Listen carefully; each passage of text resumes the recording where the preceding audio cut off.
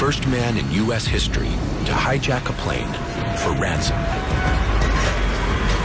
He leapt out of a commercial jet with a parachute, $200,000, and was never seen again, dead or alive. The mystery has frustrated the FBI for nearly 40 years. I think he was just a sleazy, rotten criminal. But has given the public a lasting legend.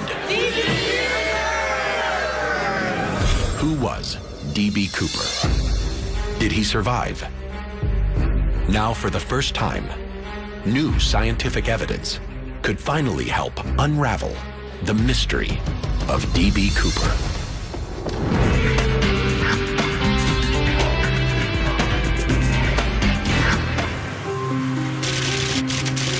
It's the eve of Thanksgiving, and people around the country are traveling to get home.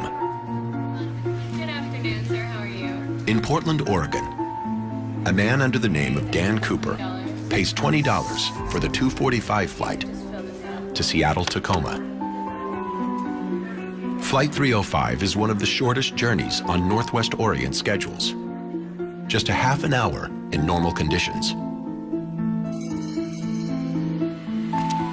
There are no security or identity checks on domestic flights. So in 1971, it was possible to board an airplane carrying a gun, carrying a bomb, carrying knives, carrying weapons. Nobody checked. You could just get on and go as Dan Cooper did. The slim man in his mid-40s is wearing mirrored sunglasses and dressed like a typical businessman.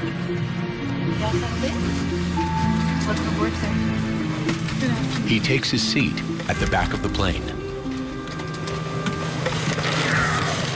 Stewardess Florence Schaffner takes his drink order. Bourbon and civet on the rocks, please. Okay.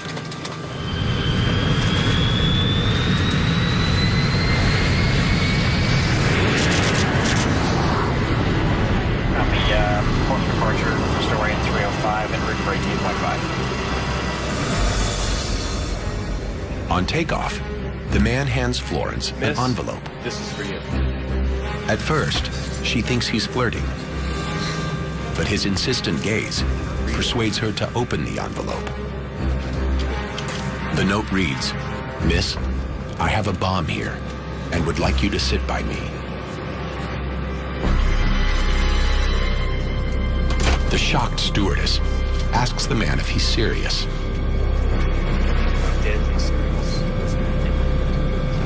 She calls her colleague, Tina Mucklow. Tina? Inside the hijacker's briefcase, he reveals what appears to be a bomb.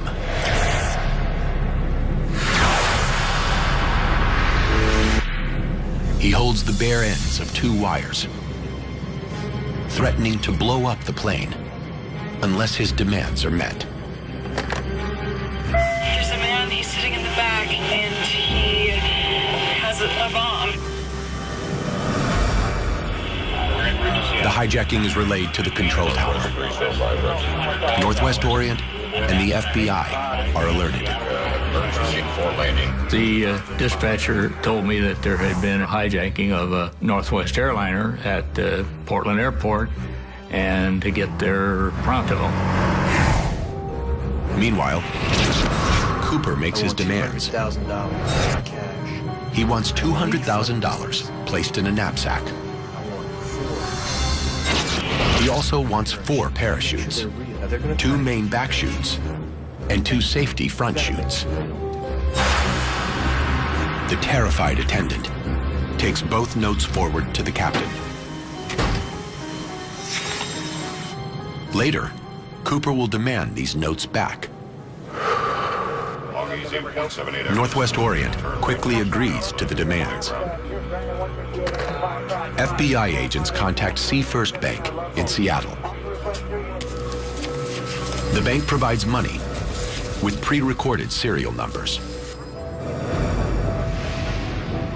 The man calling himself Dan Cooper seems calm, sipping his bourbon while smoking his way through nearly half a pack of Raleigh cigarettes.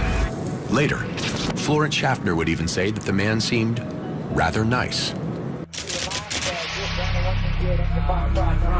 Northwest 305, right? Finally, the ransom money and parachutes arrive at the airport. Copy, We're in 305.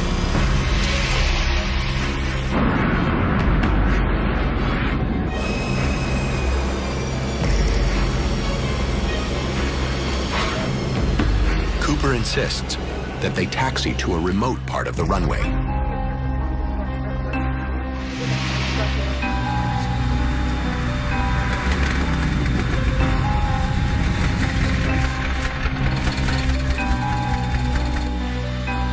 Cooper failed to specify the denomination of the ransom money, and the $200,000 is made up of $20 bills.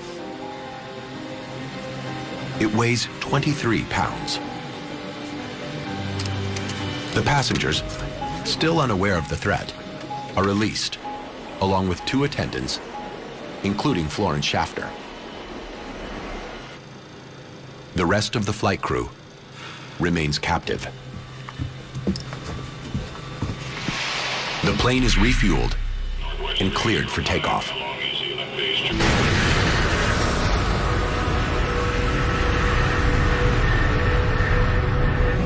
The hijacker demands that they fly at 10,000 feet with landing gear and flaps down.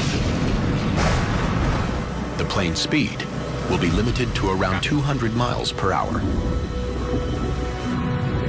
He wants to fly to Mexico City. Tina, we cannot make it to Mexico. But there's not enough fuel on board. We can't make it to Mexico City. It's too far. The captain offers Reno or Phoenix. Reno's nice. Let's go to Reno. Seattle Center. The autopilot is set on flight path Victor 23, which allows for low altitude flying. Meanwhile, 2 Air Force jets shadow the plane. But they can't maintain such a low speed and have to circle around the hijacked plane. Cooper orders Tina Mucklow to join her colleagues in the cockpit.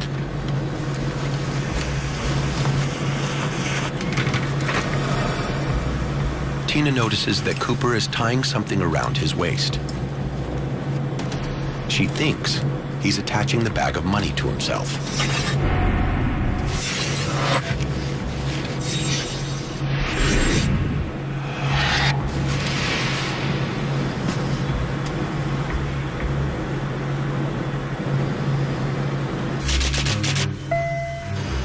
Captain, I have an indication of the aft stairway door has been opened. Stairway door. The warning light indicates You that the don't rear open that door flight and stairs have been deployed. Jump out. A Boeing 727 is one of the only commercial planes with rear stairs. In 1971, there's nothing to stop them being deployed during flight. The crew are terrified that Cooper will jump, then detonate the bomb still on board.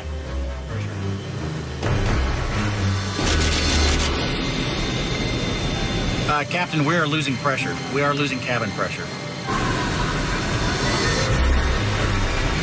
Exactly what happens next has been in debate for nearly 40 years. The only clear thing is that Dan Cooper was never seen or heard from again.